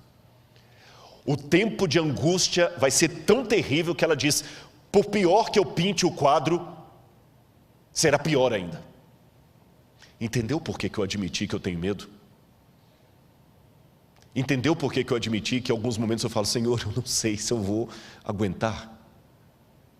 Eu estou sendo franco com os irmãos. Se Deus resolver que eu fique entre aqueles que terão o privilégio de ver Jesus voltando, Senhor, que Ele me proteja. Porque vai ser o pior tempo da história. E você entendeu por que nós não podemos brincar? Irmãos, eu quero passar mais rápido aqui, porque o meu tempo está acabando, mas esse assunto é tão importante, e ele não pode ser negligenciado, e eu tenho certeza, há uma promessa, que quando o livro do Apocalipse for aberto e estudado, haverá um revivamento no meio do povo de Deus. Por isso que eu me preocupo com algumas interpretações que estão tendo do Apocalipse por aí. Uma vez alguém falou: o que você acha das interpretações de fulano de tal? Eu falei: eu só vou colocar uma coisa. Luiz Gonçalves prega o Apocalipse e pessoas se batizam na igreja. Fulano de tal prega o Apocalipse e a igreja se divide. Onde é que eu estou vendo o fruto do Espírito? Eu não estou aqui querendo fazer jogo de comadre, mas chama a minha atenção que essa igreja aqui está batendo o recorde durante a pandemia de visualizações na internet. Eu desconheço outro pregador, outro púlpito que está com a média de 80, 100 mil visualizações toda semana. Não estou fazendo jogo de comadre, eu não preciso disso. Mas como eu sou franco para fazer a crítica, eu tenho que ser franco para fazer a defesa. Curioso que você tem pregado aqui, pastor Gilson, só temas de Apocalipse. Eu sei que o pastor Gilson tem o bom dom de pregar. Eu sei que ele é um homem dedicado a Deus e já foi pastor de grandes igrejas.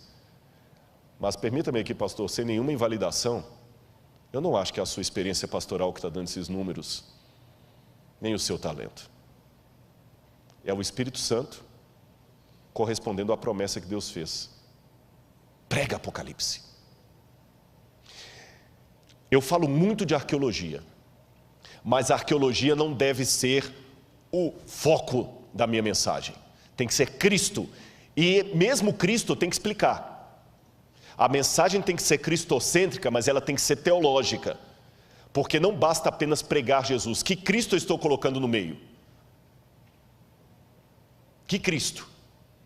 E as 3 mensagens angélicas eu tenho que pregar. Temei a Deus e dá-lhe glória, pois é chegada a hora do seu juízo. Caiu a grande Babilônia. E se alguém adorar a besta e a sua imagem, vai receber a sua marca. Eu não tenho que ter medo desses temas, mesmo que venha retaliação por falar essas coisas. Porque junto com a retaliação virá o que Deus já está cumprindo no seu ministério aqui.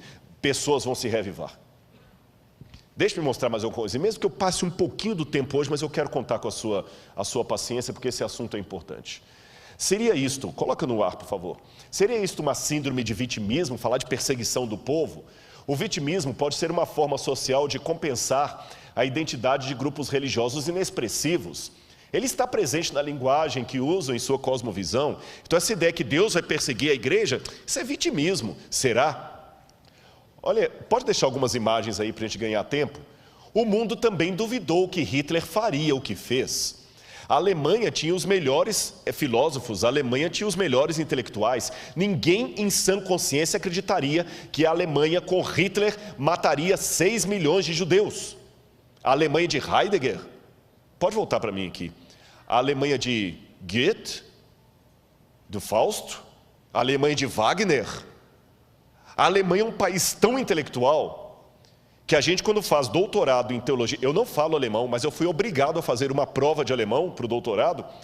E quando eu perguntei ao meu professor, por que eu tenho que fazer prova de alemão? Ele falou assim, porque há coisas no alemão. Eu falei, muitos livros já estão em inglês. Ele falou, mas tem coisas em alemão que não se traduzem.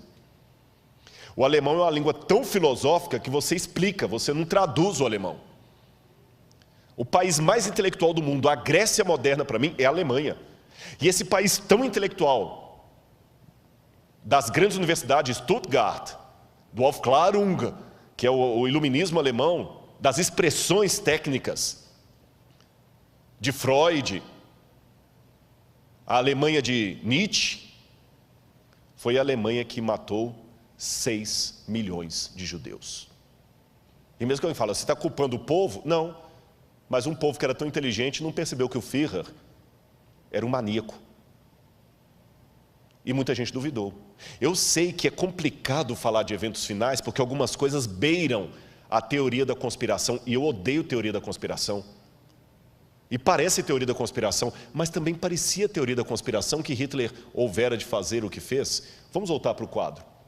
A verdade que seres humanos têm dificuldade de aceitar é que existem Hitlers em potencial em cada esquina do mundo.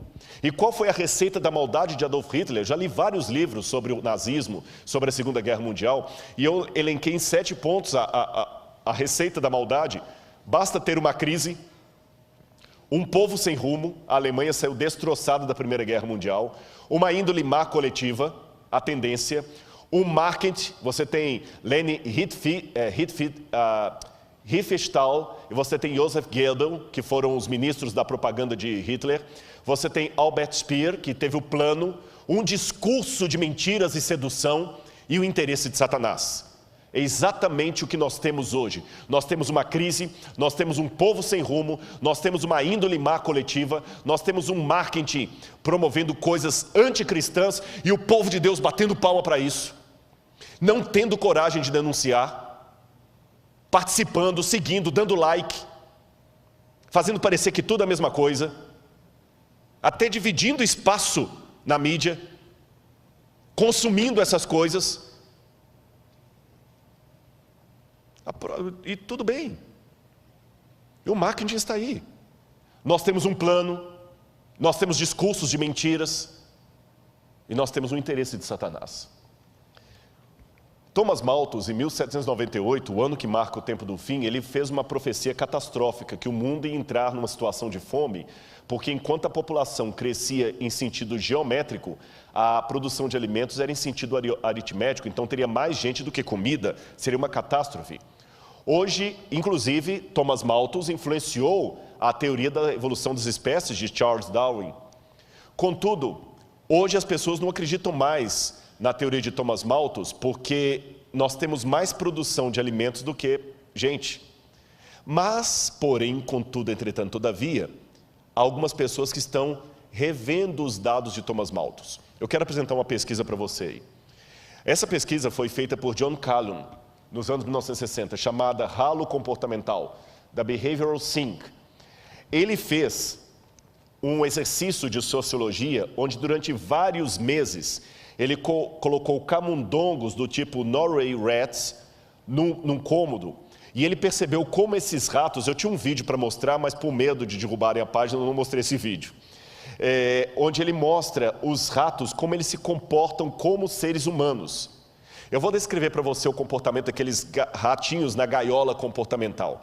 Eles tinham as casinhas, os próprios ratos se organizaram para ter a rua. As fêmeas tinham uma relação monogâmica. Vários ratos chegavam, a fêmea soltava o feromônio e a fêmea escolhia qual rato era que ele ia para acasalar. Ela acasalava com o macho, os dois ficavam cuidando dos filhotes. Havia propriedade respeitada, os machos demarcavam com as fêmeas a propriedade dele com urina, ninguém passava ali, os ratos tinham as vias públicas. Os ratos eram solidários, viviam bem. Aí o que começou a acontecer? Com o tempo eles começaram a diminuir, não a quantidade de comida, mas o local onde a comida era acessível. Só num cantinho que tinha comida. E passou para os ratos a impressão que a comida estava ficando escassa. Meus irmãos, John Calhoun começou a perceber paulatinamente a mudança de comportamento progressiva dos ratos. Como é que eles foram ficando mais agressivos uns com os outros, mais agressivos, a ponto que os ratos agora já não começavam mais a respeitar as vias públicas, começavam a invadir propriedade privada. Agora as fêmeas não eram mais respeitadas na época em que ela estava no cio. 4, 5 ratos atacavam uma mesma fêmea fora do cio, copulavam com ela, vários ratos, e depois a matavam.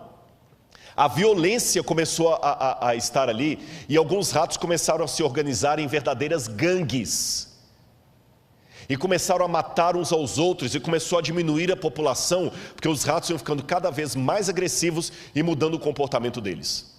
E começaram a fazer coletivos de ratos, que começaram a morar agora em lugares tipo um apartamento, e os ratos dominantes ficavam no topo e obrigavam os outros ratos a irem levar comida para eles e batiam nos outros ratos e começavam a descer em gangues.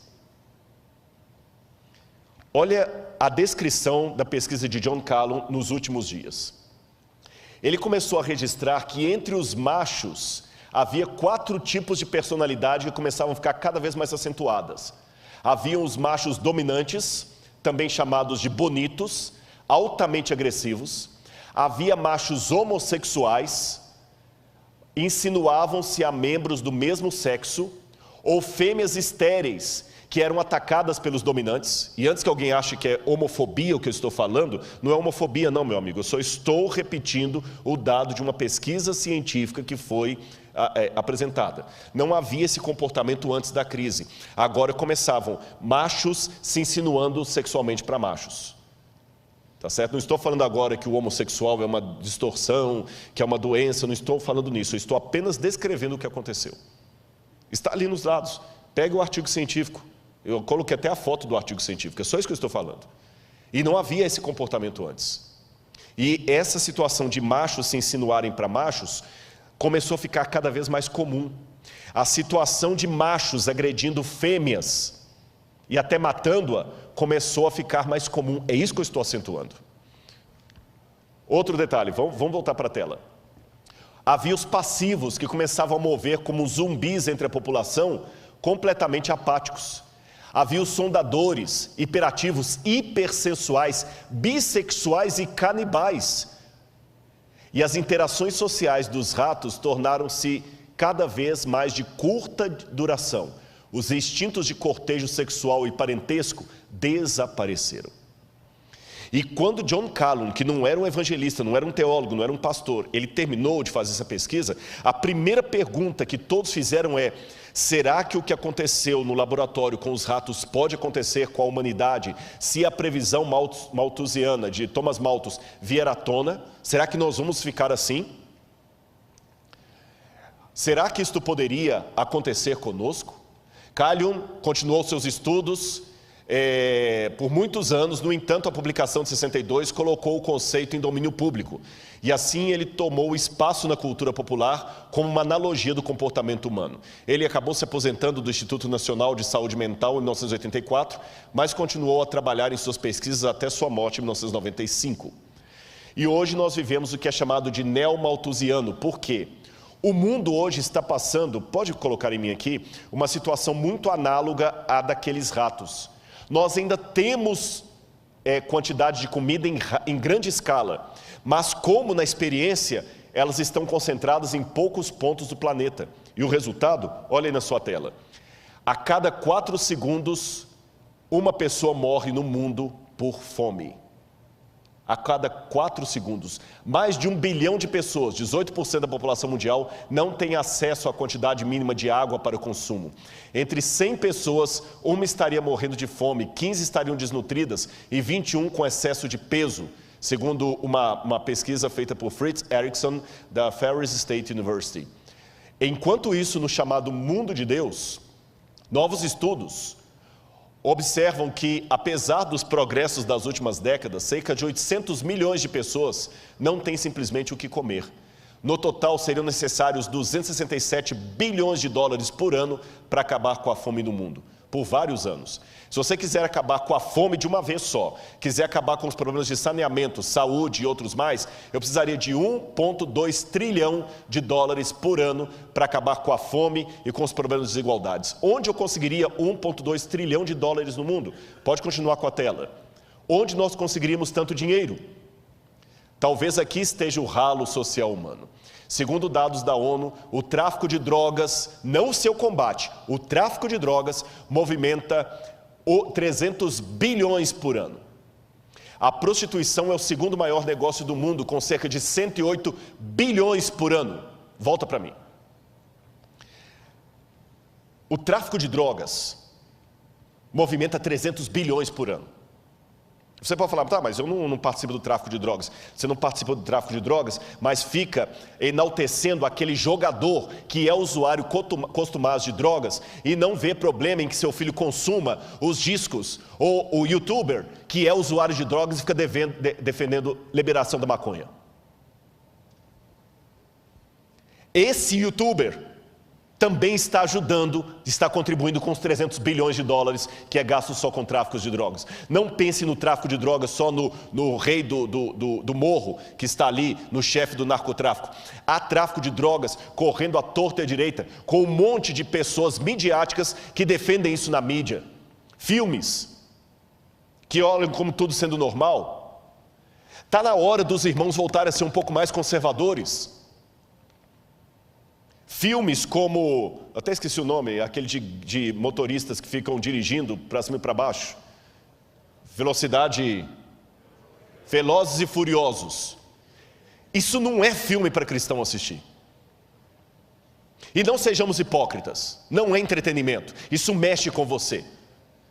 Você gostaria de morar num condomínio que aqueles motoristas loucos daquele filme ficam passando na rua em alta velocidade? Não. Então não deixe o seu filho ficar assistindo isso e aprendendo. E os joguinhos de internet que só incentivam isso. Eu conheço pais casados que às vezes a esposa está fazendo a comida lá e ele está jogando esses joguinhos violentos, cheios de coisa. Isso não é entretenimento para cristão? E quando é que a gente vai ter que dar a cara a tapa e falar que nós devemos voltar ao conservadorismo? Não ao tradicionalismo. Tradicionalismo é besteira. Mas um pouco de conservação não faz mal. E a promiscuidade que eu falei. Muitas mães acham lindinho vestir as meninas como a Anitta. E se falar de modéstia cristã agora, você virou moralista, chauvinista, patriarcal. E ninguém fala contra essas coisas, mas está movimentando tudo aquilo ali. Vou mostrar mais dados, coloca de novo aí. O terceiro lugar é ocupado pelos bancos, que movimentam cerca de 115 bilhões. Embora nem todo mundo mude, algumas entidades acumulam seus cofres até 800 bilhões em ativos. Em 2019, só para vocês terem noção, 2.153 bilionários tinham o equivalente a 60% do PIB mundial. Em quarto lugar, você tem jogos de azar. Somente a Espanha gasta 35 bilhões por ano. E tem a indústria do cinema que alimenta tudo isso. E tem a indústria do entretenimento que alimenta tudo isso. E alguém pode falar, tá, e as religiões também? Bom, eu não posso falar de todas as religiões, mas eu posso dizer que na igreja adventista às vezes tem problema financeiro. Eu já vi vários. Mas quando o pastor é descoberto, ele é demitido sumariamente. Nunca mais é reingressado ao ministério. Se houve alguma exceção à regra, pode ter sido que tenha havido. Não estou negando. Pode ter sido o caso de algum pastor adventista que passou a mão e por padrinhamento ter ficado? Pode ter sido. Mas não é a regra. Não é a regra. Eu já vi alguns passando a mão até ser descoberto. Tanto é que a igreja tem o auditor. Não estou dizendo que a igreja adventista é a fina flor dos flores feno. Não, eu convivo nela. Eu sei que há problemas. Quer um exemplo de problema na igreja? Está falando para você aqui agora. Está um problema da igreja falando para você aqui agora. Convive comigo, você vai ver que eu tenho muitos problemas. Mas eu sei que a igreja não brinca. E o dízimo não fica na igreja local. O dízimo é distribuído. E lá tem a percentual, e vocês podem pegar da internet, peguei na internet, como é que o dízimo é distribuído, quanto que vai para cada canto. Essa igreja aqui não fica um centavo do dízimo nessa igreja. Ela partilha com todos os outros. Por isso que qualquer pastor adventista pode ter o mesmo salário, quer ele seja pastor de uma igreja grande como essa, cheia de empresários, ou seja pastor de uma igreja desse tamanhozinho. O que diferencia, é lógico, são os auxílios, porque você não quer comparar o aluguel de alguém que mora em Brasília com o aluguel de alguém que mora em Jequié. Vocês entenderam? Eu não ganho pontos a mais, o pastor Douglas tem doutorado. Compara o preço do salário de um diretor, de um pró-reitor, compara o salário de um pró-reitor de uma universidade pública aí com o salário dele. Eu ganho mesmo tanto que ele.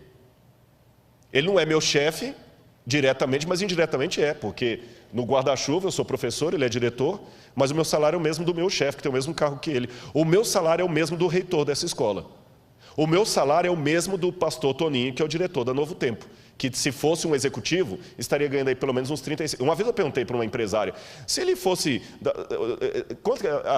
35 mil é o que ele ganharia para começar. E ele não aceitaria. E pode ter certeza, o salário de um pastor está bem longe disso. Então, há problemas financeiros na igreja adventista? Há. Até serem descobertos. Que a hora que é descoberto, o camarada... Entenderam? E eu sou dizimista. Eu posso falar porque eu devolvo meu dízimo. Devolvo meu dízimo e mais ainda, eu tenho a felicidade de dizer que alguns soldos que eu tenho, vai tudo para o NASP, não fica nada no meu bolso. Porque eu assino todos os anos uma declaração de interesse de conflito, e quando, por exemplo, eu dou consultoria para um canal de TV, para um documentário, para uma coisa, o que pago não vem para o meu bolso. Eu já assinei e é de bom grado, e falo perante todo mundo para ouvir. Eu recebo alguma coisa que vem de outras fontes e não vem para o meu bolso, vai tudo para o NASP. O NASP faz uma poupançazinha, a gente construiu o Museu de Arqueologia. Eu vivo exclusivamente do salário de professor. Tá bem? E mesmo que houver problemas, eu não sei nadar, mas eu aprendi uma coisa, se alguém estiver afogando, não pule, serão 2 mortos ao invés de 1. Se o outro rouba e você, por causa disso, também não devolve o que pertence a Deus, são 2 ladrões que Deus vai cobrar. O que não usou bem os dízimos e você que não devolveu. Agora, a sociedade está entrando ralo abaixo. E se a gente economizasse um pouco em pornografia, jogos de azar e outras coisas mais, e desperdício de comida, nós teríamos dinheiro para saciar a fome no mundo, porque só de desperdício de comida são 750 bilhões de dólares todo ano. É por isso que temos aqueles contrastes. E não venho falar que eu estou com gordofobia, que agora tudo você tem que tomar cuidado. Estou apenas mostrando o contraste de uns passando fome e outros. Agora consideremos mais alguns textos para eu terminar. Ellen White de novo. O tempo de graça não durará muito mais. Deus está retirando da terra sua mão refreadora. Por longo tempo Ele tem falado a homens e mulheres mediante a atuação de seu Espírito, mas eles não têm atendido ao seu apelo. Agora está falando ao seu povo por meio de seus juízos. Será que o Covid já não é uma demonstração dos juízos de Deus? Por que a gente tem medo de falar isso? Por que eu acredito que o fogo que caiu em Sodoma e Gomorra é fogo de Deus? Por que eu acredito que as pragas que caíram no Egito é praga de Deus? Por que o Covid? Não fale, por quê? Rodrigo, mas você está me ofendendo, porque o meu pai morreu de Covid. Não estou. Sabe por quê? Eu dei o exemplo ontem aqui. Babilônia não veio por acidente de história. Foi Deus que mandou a Babilônia como um juízo sobre Israel. E Daniel, sendo fiel a Deus com seus companheiros, foi parar onde como escravo? Na Babilônia. Então, até que o fechamento da porta da graça aconteça, pessoas fiéis a Deus acabam sendo atingidos pelo juízo de Deus. A única diferença é o seguinte: se Deus permite que um filho e uma filha dele fiel sofra as consequências do seu juízo antes do fechamento da porta da graça, é para que aquilo sirva de testemunho para outros, da mesma maneira que Ele permite o martírio de pessoas que morrem por sua fé. Então, se o seu pai, se a sua mãe é uma pessoa fiel a Deus, e Deus não impediu que ele morresse de Covid, leia da seguinte maneira: Deus não impediu que o seu pai morresse de Covid, como também não impediu que o apóstolo Paulo morresse degolado, mesmo sendo tão fiel a Deus. Deus permitiu que o seu pai morresse por causa desse vírus que veio da China, como permitiu que Daniel fosse para a Babilônia. Mas o fato de Daniel sofrer o revés da Babilônia não significa que a Babilônia não era um juízo de Deus sobre o seu povo. Entendeu minha comparação? Ficou esclarecido? Será que o Covid não é mais um dos juízos que Deus está permitindo para nos acordar? Vamos continuar aqui. Olha as pragas do fim. Depois você vai ler em sua casa Apocalipse 16, vai falar das pragas. Mas o que me chama a atenção são duas coisas. Em primeiro lugar, Apocalipse 11, verso 18, fala que é chegado o tempo para destruíres os que destroem a terra. Há 2000 anos Deus falou que o ser humano ia chegar a uma situação de poder destruir a terra. E quando ele vai falar das pragas, Deus coloca as pragas numa linguagem muito interessante. Ele fala que os rios se tornarão como sangue de morto. Como é sangue de morto? É vermelho? Sangue de morto é escuro, é fétido, é quase coagulado. Como estão os rios? Como é que está o Tietê? Como é que está o Pinheiros? Deus falou que o sol ia esquentar sobre o povo. A camada de ozônio agora, efeito estufa. Deus falou que iam vir pestes perniciosas. Olha aí o tanto de doença. Mas, olha o que Ellen White escreveu. As pragas podem ser o megafone de Deus, lembrando de C.S. Lewis. Ela diz, as pragas de Deus já estão caindo sobre a terra, arrebatando os edifícios suntuosos como um sopro do fogo de Deus. Esses juízos não farão que os cristãos professos caiam em si. Deus permite que sobrevenham para que o mundo se acautele e os pecadores temam e tremam diante dele. Um pouquinho das taças da ira de Deus já tem permissão para cair na terra. E o mar é afetado e os elementos da atmosfera. As causas dessas condições incomuns estão sendo investigadas, mas inutilmente. Deus não tem impedido que os poderes das trevas levem avante sua nefanda obra de poluir o ar, uma das fontes da vida e nutrição com miasma fatal. Não somente é afetada a vida vegetal, mas o homem sofre de epidemias. Estas coisas são o resultado de gotas das taças da ira de Deus que estão, presente do indicativo ativo, sendo borrifadas sobre a terra e constituem apenas débeis representações do que ocorrerá no futuro. Interessante que Ellen White escreveu isso em 1891, mas o primeiro livro para falar sobre poluição no mundo só foi publicado na década de 1930 por Rachel Carson, chamado Silent Spring, Primavera Silenciosa. Somente em 1930 foi publicado o primeiro livro do mundo falando de poluição. E Rachel Carson foi ridicularizada pelos cientistas da época. Só que 70 anos antes de Rachel Carson, Ellen White usava pela primeira vez a palavra poluição na natureza. Deixe-me esclarecer uma coisa aqui sobre as pragas. Preste atenção.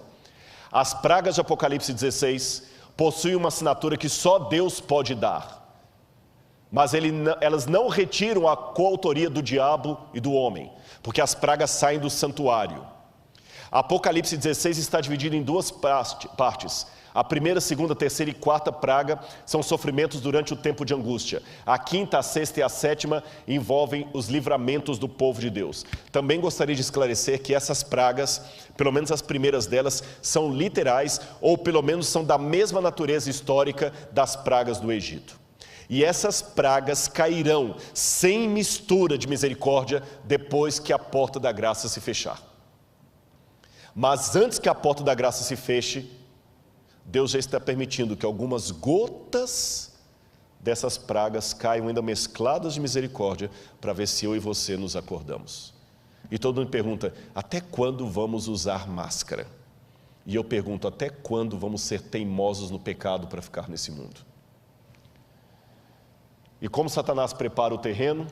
De muitas maneiras, alienação, cria alienação, glutonaria, intemperança, que as pessoas não conseguem raciocinar direito, síndromes psíquicas, excesso de informação e pouco conhecimento, síndrome do pensamento acelerado, que falou Augusto Cury, causas, distúrbio psíquico, excesso de informações, paranoia do consumo da estética, consumismo excessivo, incentivo ao consumismo, Não comemos para nos alimentar, não nos vestimos para nos cobrir. Temos mais do que precisamos e ainda assim estamos famintos, sedentos, ignorantes. Geração rebelde sem causa. Cria uma geração que torna os pais, líderes e mais velhos reféns dos caprichos de uma juventude que não está mais acostumada com frustrações. O medo de ofender não deve ofuscar o dever de falar a verdade. Cria um Jesus apaixonado. Músicas gospel que estão transformando Jesus num adolescente apaixonado. Jesus vive fazendo declarações de amor e implorando a nossa aceitação. Ele não demanda nada, pelo contrário, ele promete tudo se aceitarmos o seu pedido de namoro. Jesus agora é um bobo apaixonado, não mais um Deus querendo nos salvar. Visões unilaterais de Cristo. Não basta dizer coisas bonitinhas sobre Jesus, precisamos acentuar quem ele era, o que ele ensinou. Usam tons agressivos apenas com a tradição da igreja, mas macio com o secularismo, que também é um erro. Vivemos numa troca da ética pela estética. Jesus curou pessoas e perdoou pecados, mas ele também pegou o chicote e mostrou a sua ira no templo. Ficar mostrando só o Jesus bonzinho sem o Jesus do chicote não adianta. Sabe, uma igreja às vezes que torna pessoas muito apáticas, legalistas ou apenas emocionalistas. Crise externa, crise interna. Para a sabedoria humana, tudo isto agora parece impossível, mas ao ser retirado dos homens o Espírito de Deus, o qual tem o poder de reprimi-los, e ao ficarem eles sob o governo de Satanás, que odeia os preceitos divinos, hão de acontecer coisas estranhas. Quando o tremor e o amor de Deus são removidos, o coração pode se tornar muito cruel. E eu termino apenas colocando para vocês um pensamento aqui de Sigmund Freud, o pai da psicanálise. Freud dizia o seguinte, que o ser humano só é diferente por causa das convenções sociais. Freud dizia, derrube as necessidades de sobrevivência e sexo e afeto, nem sempre afeto é sexo, e o ser humano se tornará completamente um animal, porque a única coisa que nós temos de nosso é o eros e o thanatos, necessidade de afeto e sobrevivência. Trocando em miúdos, o que Freud quis dizer? Quando você vê uma pessoa toda elegante comendo como um lord inglês, é porque tem comida suficiente para todos. Por isso que ele come bem, mas o outro esfomeado come de qualquer jeito. Mas o Freud dizia que se você tiver apenas um prato de comida para os dois e eles estão famintos, tanto o lord inglês como o sem-teto vão comer desesperadamente como cachorro. Freud dizia, você só não ataca o outro para pegar o prato de comida dele porque tem comida para os dois. Mas se não tiver comida para os dois, quem tiver maior força, leva.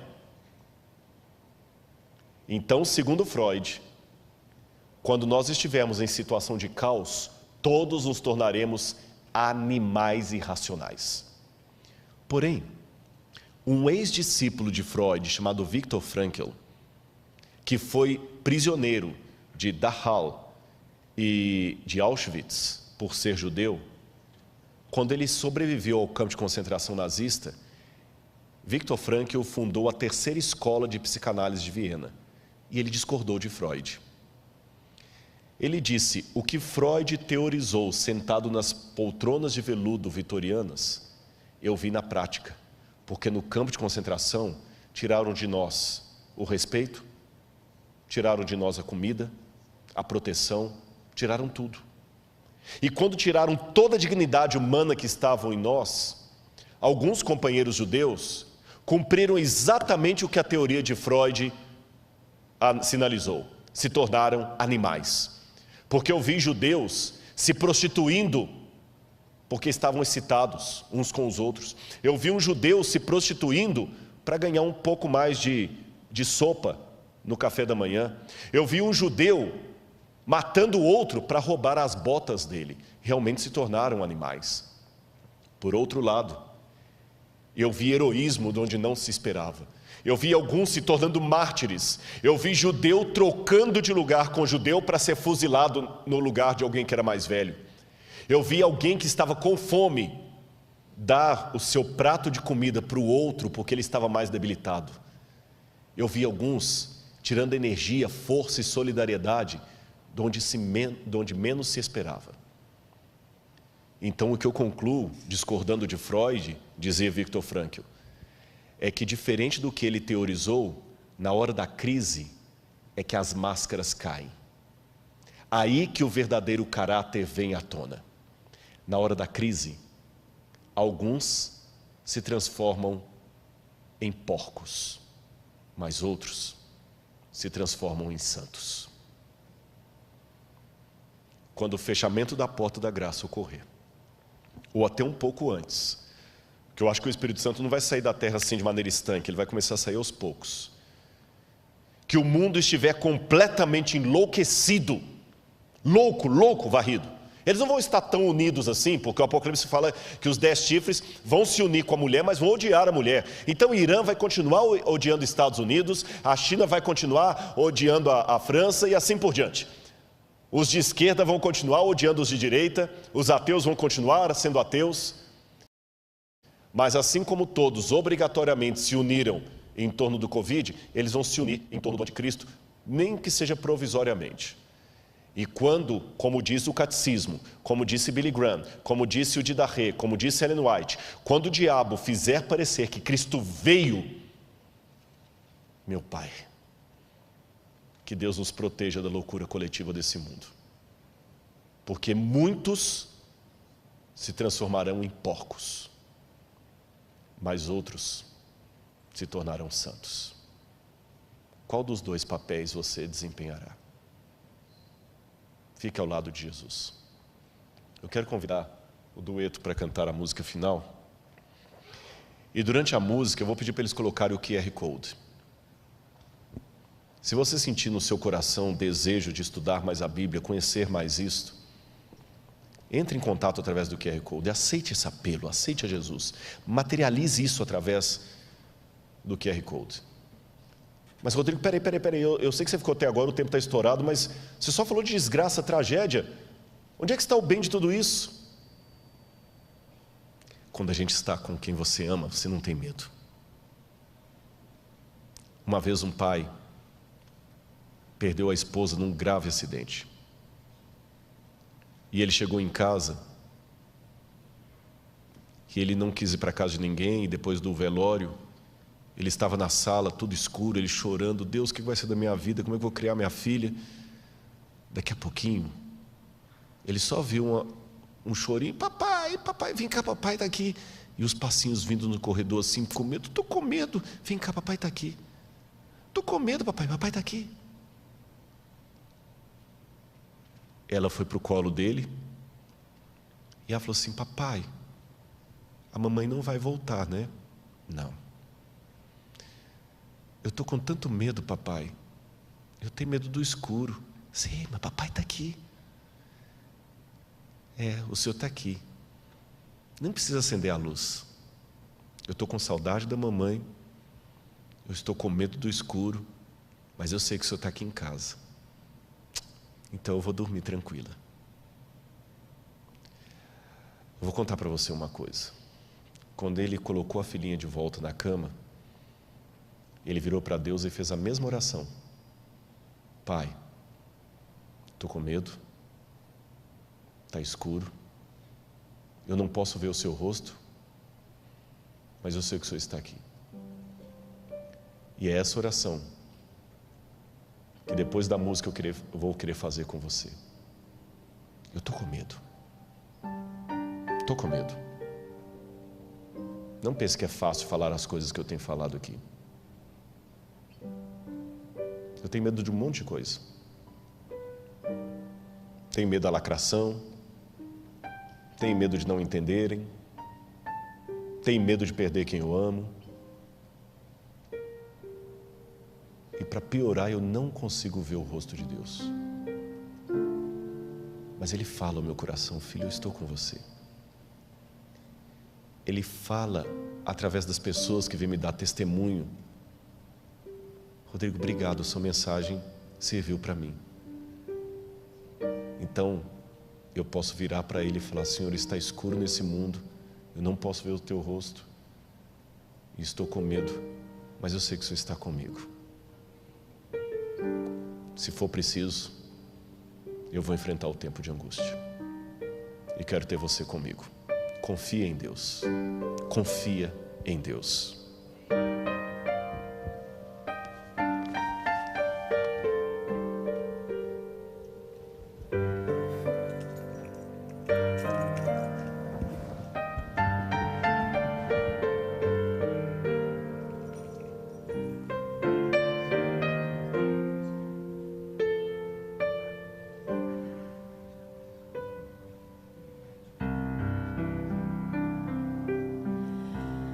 Quando o sol se põe calado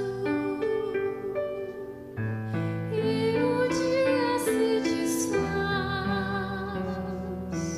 posso então sentir a brisa e o frio que a noite traz. No silêncio escuro, que eu não consigo enxergar, dos perigos que me cercam e me assustam sem parar. Mas eu não temerei a noite, nem a mais profunda escuridão.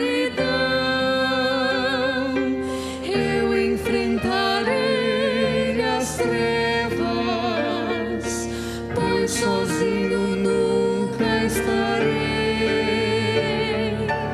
Oh, meu Deus, me guarda na noite. Ele sabe onde eu devo andar. Não preciso ver o caminho,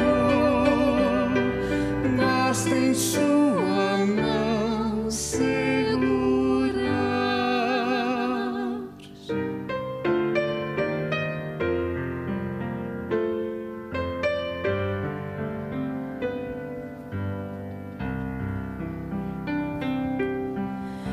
Quando o brilho dos meus olhos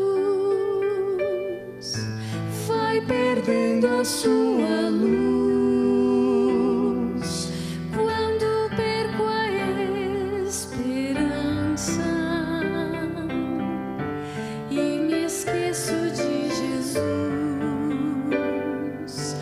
tudo que me resta é angústia. Novamente em trevas estou, eu me sinto tão sozinho, é que a noite em mim chegou. Mas eu não temerei a noite, nem a mais profunda escuridão. Enfrentarei as trevas, pois sozinho nunca estarei. Oh, meu Deus, me guarda na noite. Ele sabe onde eu devo andar. Não preciso ver o caminho, basta em sua mão segurar.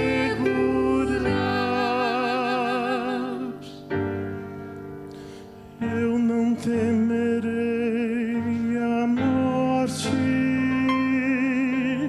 eu não fugirei da dor.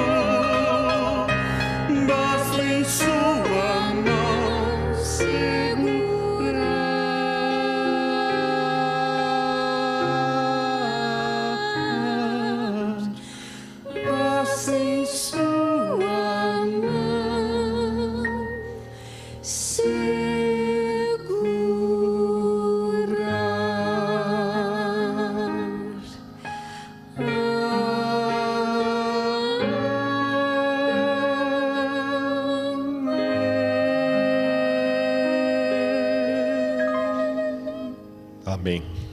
Eu vi muitas coisas estranhas aqui essa noite. Eu cometi um erro de homilética terrível aqui. Em toda a minha vida, eu já prego na igreja desde 1984, eu nunca fiz um sermão de 1h50. Isso é um suicídio homilético.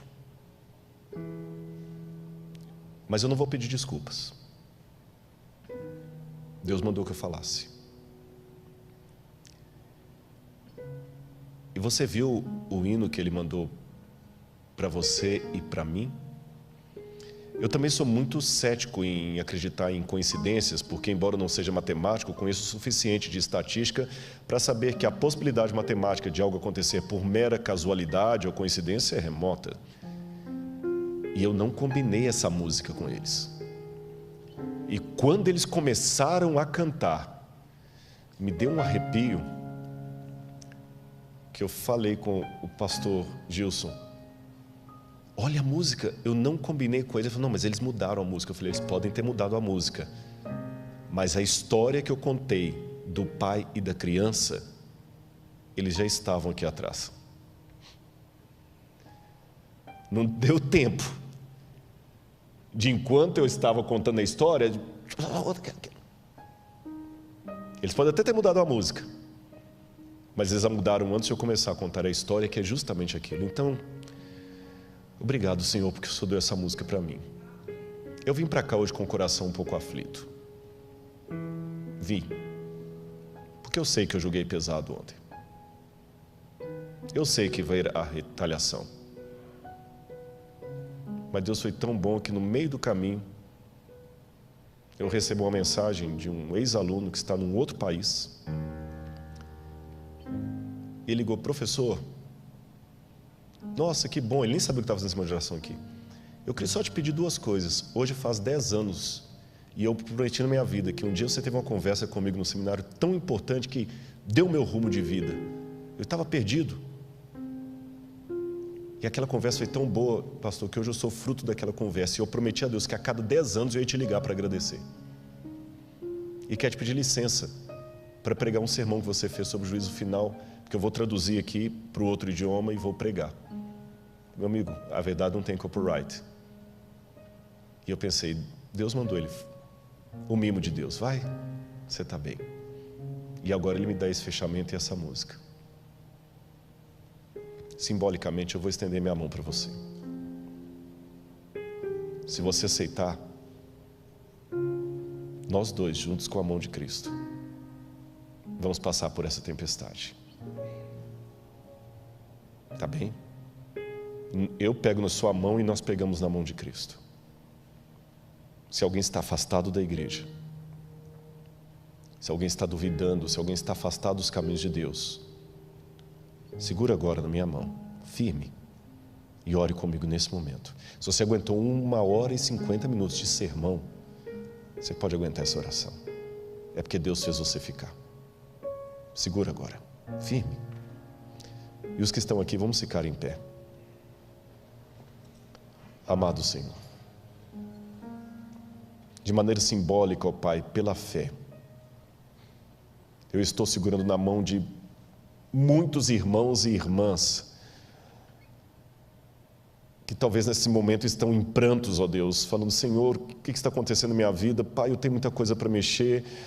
Pai, tem misericórdia. Por favor, Senhor, fala com eles, Senhor.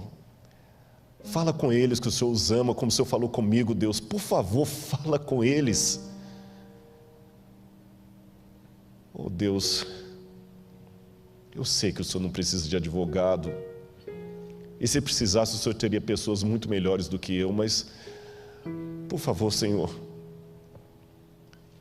Faz alguma coisa para que teu povo acorde, ó Deus. Eu estou tentando falar, eu estou tentando pregar do meu jeito errado, torto, humano, mas eu estou tentando sacudir esse povo, Senhor, não no teu lugar, mas através de ti. E por favor, Senhor, muitos estão nesse momento clamando perdão. Perdoa os pecados desse povo, Deus, eu te suplico, como Moisés pediu. Traga-os de volta, Senhor. Tem tanta gente que eu conheci que hoje está fora da igreja, Pai. Tanta gente. Eu estou pregando num bairro que tem tanto ex-membro da igreja, pessoas machucadas, pessoas magoadas, outros críticos, outros que perderam a fé, outros que se encontraram no ateísmo ou numa espiritualidade alternativa. Oh, Senhor, tanta gente que um dia ocupou os bancos e agora está fora. Busca, Senhor. E perdoa os pecados coletivos que nós temos cometido, Senhor, como administradores, como pastores, como professores, como membros, como obreiros. Por favor, Senhor, tenha misericórdia de nós. Nós não somos a melhor igreja, mas nós somos a Tua igreja, Senhor. Eu sei que o Senhor teria planos melhores se usasse anjos, mas o Senhor escolheu usar a gente. Perdão, Senhor, se eu preguei mais tempo do que devia, mas se o Senhor os manteve ali no ar é porque o Senhor tinha um propósito. Cuida dos teus filhos e cuida de mim também.